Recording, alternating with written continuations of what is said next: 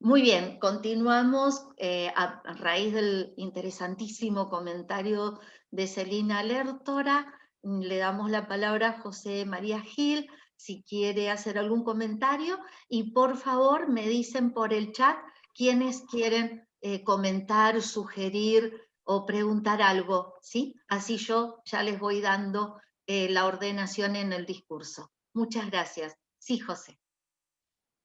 Bueno, muchas gracias. Y muchas gracias, Celina, por el comentario. La verdad, sumamente interesante. A partir de lo que dijiste, se me ocurre un pequeño comentario de orden mínimamente técnico, que es que la cuestión de qué ocurre con las lógicas no bivalentes, con el principio de no contradicción. Desde luego, el principio de no contradicción desaparece porque hay un tercer valor o incluso valores de verdad adicionales con los cuales ya es posible sostener P y no P sin que necesariamente se esté presentando una falsedad. Ahora bien, esos desarrollos son desarrollos más bien formales, que no están pensados para dar cuenta del modo en que hablamos del mundo real. Cuestión que en algún punto sí aparece en esta lógica sencilla, básica en términos de Aristóteles. Con lo cual, esas lógicas trivalentes o multivalentes, me parece a mí, habría que estudiarlo, por ejemplo, desde luego, pero me parece que no resolverían la cuestión de que no estamos presentando contradicciones en lo que tiene que ver con la referencia, la forma por medio de la cual los enunciados se refieren al mundo real. Quería simplemente mencionar eso como una cuestión mínimamente técnica para la gente interesada por la lógica. Estoy de acuerdo.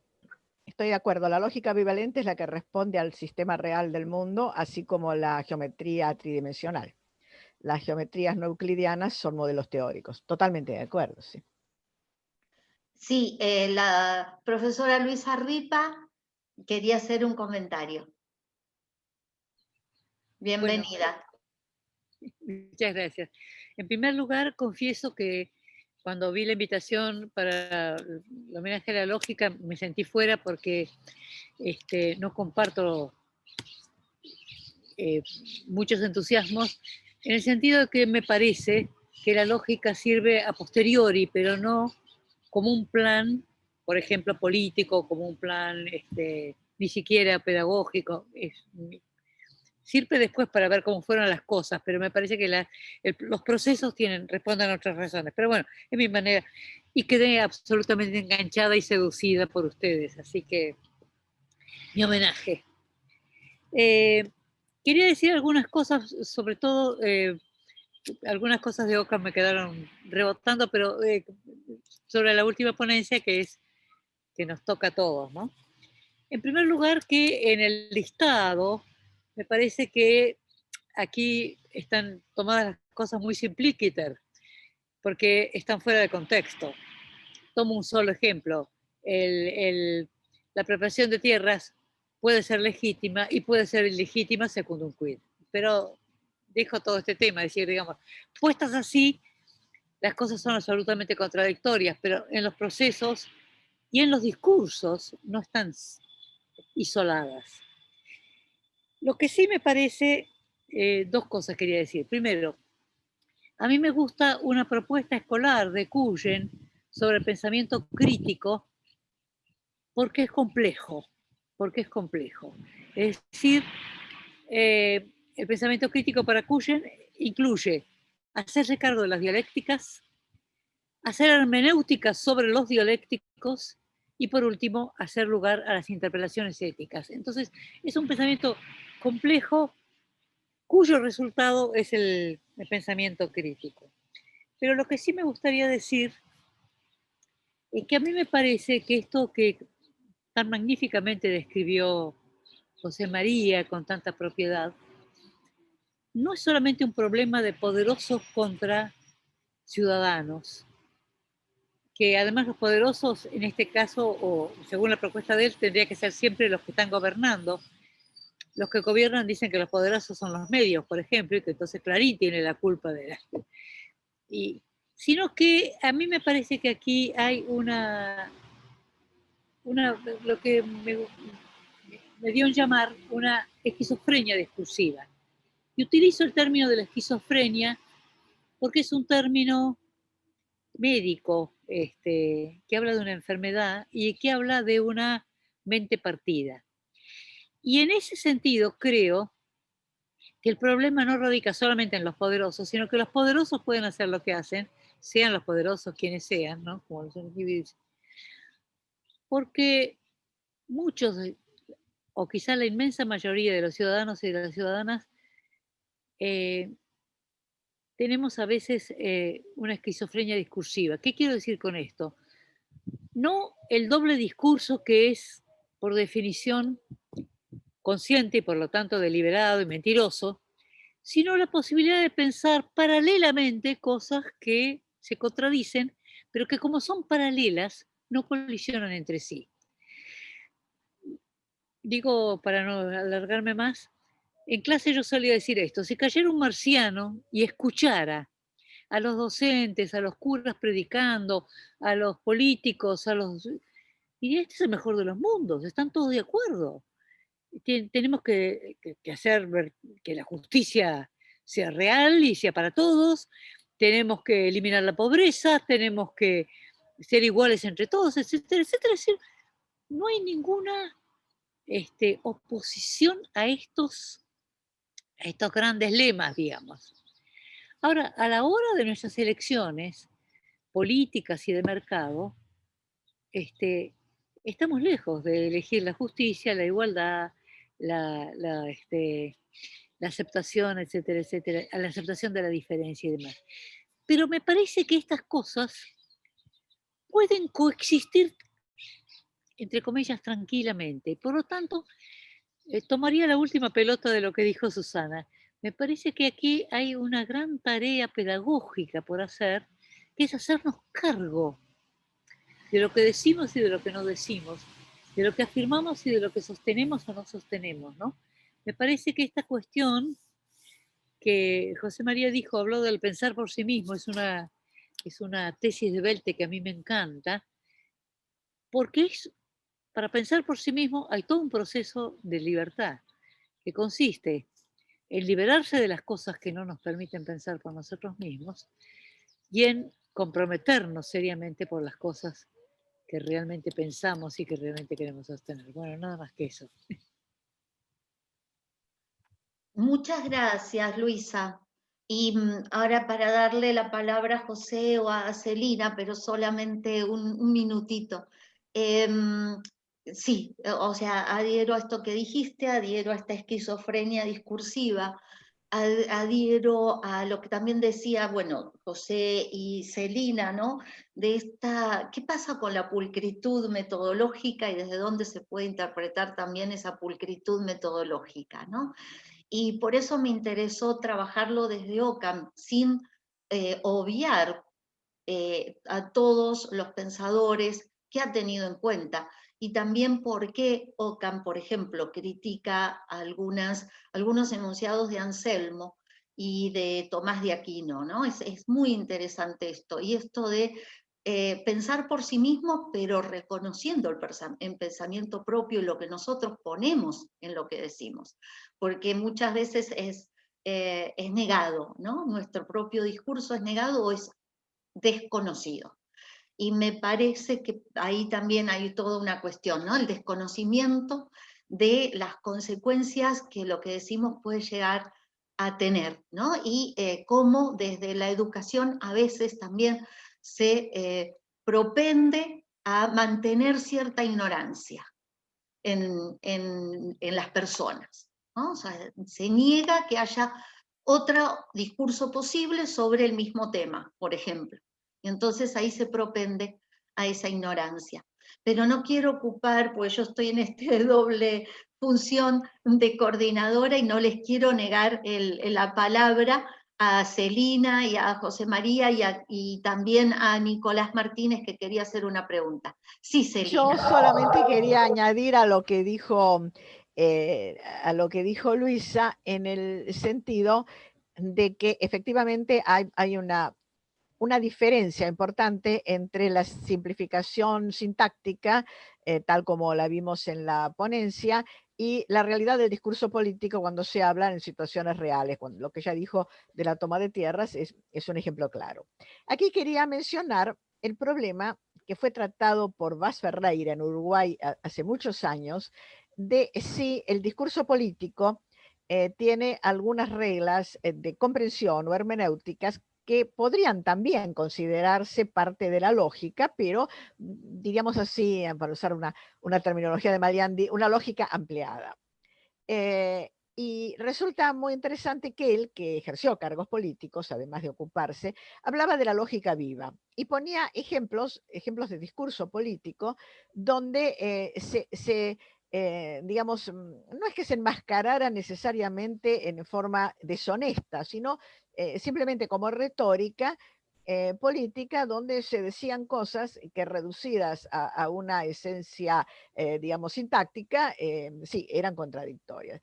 Quería mencionarlo porque me parece que esto es muy importante. El análisis del discurso político sin connotaciones éticas, porque eso siempre nos lleva a cuestionamientos de si la justicia, la identificación ideológica, etcétera, que se convierte finalmente en una disculpa moral, sino simplemente como un análisis en esta línea. Esta tarde vamos a tener en FEPAI una ponencia del profesor Langón, precisamente sobre Vaz Ferreira y la lógica viva, en este sentido al que se refería Luisa.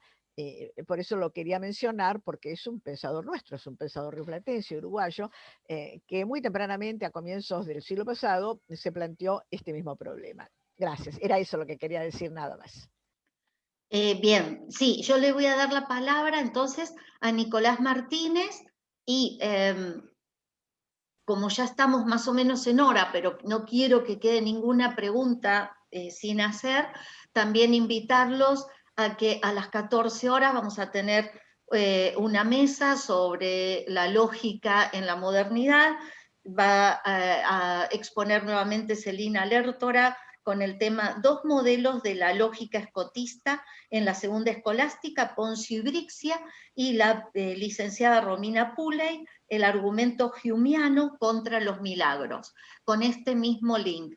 Y luego, como decía Celina, a las 16 horas, la mesa de FEPAI. Nicolás, te escuchamos.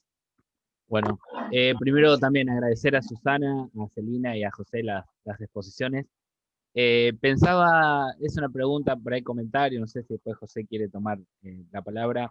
Me parece interesante esto de señalar este doble pensamiento o la contradicción en la misma persona, ¿no? Pero pensaba cuando salimos de la misma persona y nos vamos a la lógica más política, o la lógica de grupos o de partidos o de pensamientos, trayendo un tema que no estaba en los que señalaba José, pero que podría, o sea, me sirve para pensar o plantear esto, por ejemplo, el aborto, ¿no? O se planteaba aborto sí, aborto no. Qué difícil es irse hacia una lógica más polivalente, ¿no? Porque uno puede estar más cercano o más alejado a una posición, pero la lógica política exige que tomes una posición, ¿no? Entonces, cuando uno dice, bueno, el tema del aborto, ¿estás a favor o en contra? No, y uno dice, es más complejo, muchas veces, bueno, ya lo de la complejidad, toda la vida es compleja, todo es complejo, a veces es visto como una salida fácil.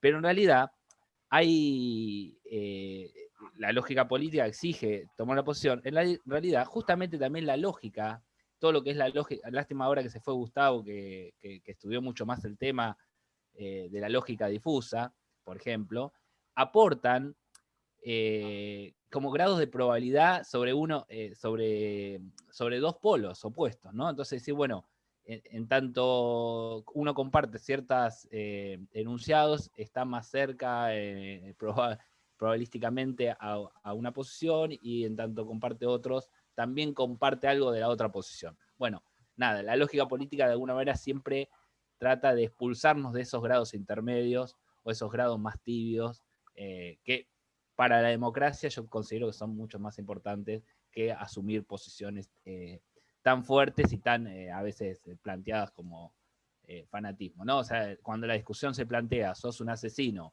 o sos un antiderechos, o bueno, no hay mucho para discutir ahí. O sea, Eso es expulsivo democráticamente para mí. Bueno, ese es el comentario. José.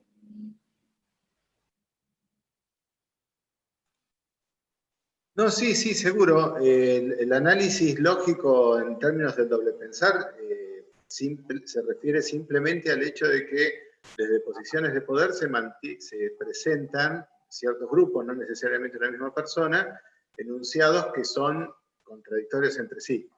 Es otro problema, y también, como decías recién, es más complejo, el de la cuestión de que las tomas de posición con respecto a los temas, caso del aborto, como mencionaste recién, no son cuestiones de todo o nada, no son cuestiones de 1 o 0. Es una cuestión diferente de la de presentar enunciados manifiesta y brutalmente contradictorios. O sea, desde luego la lógica no sostiene que todas las cuestiones deban dirimirse en términos de 1 o 0. El análisis lógico permite analizar simplemente si desde una determinada posición de poder se están presentando contradicciones flagrantes por medio de las cuales se perturba el normal pensamiento de los individuos y se pretende amedrentarlos para hacerlos perder el sentido de la realidad. Esta otra cuestión que mencionás vos es seguramente muchísimo más compleja, y es la cuestión de que cómo quizá un modelo lógico multivalente o de lógica difusa puede llegar a permitir entender que los temas no son cuestiones de todo o nada, de 1 o 0, desde luego. Y ya que estoy hablando, algo muy breve. Luisa recién decía con toda razón que esa lista de 12 ejemplos puede resultar un poco brutal, en el sentido de que es difícil o imposible encontrar a un funcionario que diga exactamente que emita exactamente esos enunciados en una misma situación. Claro, desde luego no se está manifestando eso. Eso sí ocurre en 1984. Se llega a ese nivel de brutalidad. Siempre estuvimos en guerra con Eurasia, nunca estuvimos en guerra con Eurasia. En las sociedades más abiertas, en las cuales tenemos la fortuna de vivir hoy, no se encuentran casos tan flagrantes, pero de todas maneras, si uno hace, como sugería recién Celina, una reconstrucción del discurso político, uno termina encontrando ese tipo de contradicciones, a lo mejor no en un mismo individuo, pero sí en una misma coalición gobernante. Desde luego esa lista de 2 ejemplos, pues, en definitiva, la reconstrucción de proposiciones con una sintaxis muy simple para presentar que hay contradicciones, tiene que ver con un análisis del discurso que no es estrictamente lógica. Digamos, la lógica termina trabajando después con esas contradicciones. Pero bueno, es un problema fundamental también que tiene que ver con la enseñanza de la lógica y está con la concepción de la lógica, ¿no? Russell decía, la lógica no tiene por qué aceptar los unicornios del mismo modo que no los acepta la biología. Lo que pasa es que los enunciados referidos a los unicornios o a la no existencia de los unicornios son provistos por la biología. Esta lista de 12 enunciados es provista no por la lógica en sí, sino por un análisis del discurso que le llega al lógico. Bueno, ahí estamos siempre ante una cuestión, ante una discusión que posiblemente se cierre en ese punto o no tiene fin. Depende de lo que queramos darle. La lógica trabajará con esas listas y dirá, bueno, son o no son contradicciones. Ahora, no es el lógico propiamente dicho el que llega a proponer esa lista de 12 contradicciones. Pero bueno, en todo caso, el análisis lógico permitirá advertir qué problema ocurre cuando aparecen, si esas contradicciones en efecto se dan. Bien, ya estamos con el tiempo cumplido. No sé si alguno de ustedes quiere brevemente hacer algún comentario. Muy breve. Sí, sí, Luisa. Algo que me sugirió Nicolás, que a mí me parece que es un oficio de la filosofía. En el aporte social que podemos hacer en la filosofía, creo que nosotros tenemos la obligación de distinguir la diferencia entre la lucha y la tesis. Porque la inmensa mayoría de las personas las confunden y con razón, como que aquello por lo que están luchando tiene que convertirse en una tesis permanente. Mi ejemplo estrella, y con esto pido perdón por ocupar espacio, es el de la cuestión, la primacía biológica para determinar la paterno-maternidad. Esto es parte de una lucha central de las abuelas para recuperar nietos. Ahí es absolutamente decisiva. eso no significa que en todos los casos y permanentemente, como tesis, digamos, el padre biológico, porque el tema casi siempre es con el padre, no con la madre, el padre biológico es el que tiene permanencia, de ninguna manera, digamos.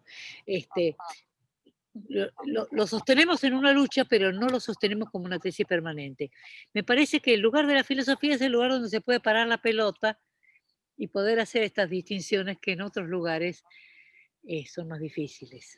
Eso nada más, gracias.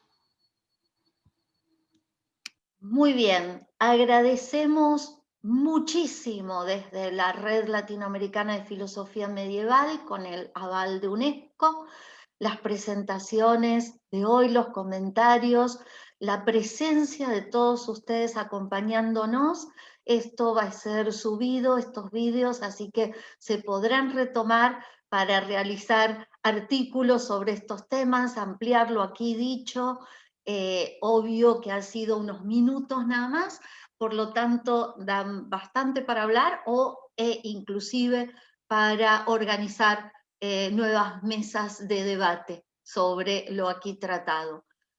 Muchísimas gracias a todos ustedes y no sé si Celina quiere, como coordinadora general de la red, decir alguna palabra de despedida. Es solamente ratificar lo que acaba de decir Susana.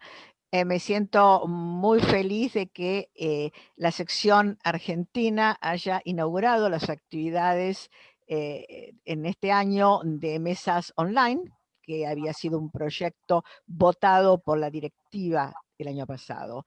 Continuar con esto y lamentablemente la situación del COVID no ha mejorado lo suficiente, de modo que esto muestra que nuestra opción, la opción que aprobaron todos los directivos de los 8 países que componen la red, ha sido acertada. Me alegro, por lo tanto, de que estemos ahora iniciando el nuevo año y quería pasar un aviso. Recuerden que en mayo tenemos el Congreso Internacional y que ya está abierta para recibir los resúmenes, ya hemos comenzado con eso, de modo que están todos invitados. Y desde luego los que quieran, muy felices de recibirlos, Susana y yo, a las 2 de la tarde, que continuamos con estos temas de la lógica, ahora en la modernidad. Gracias. Muchísimas gracias a todos. Gracias. Nos veremos luego. Gracias, hasta luego. Muchas gracias por todo.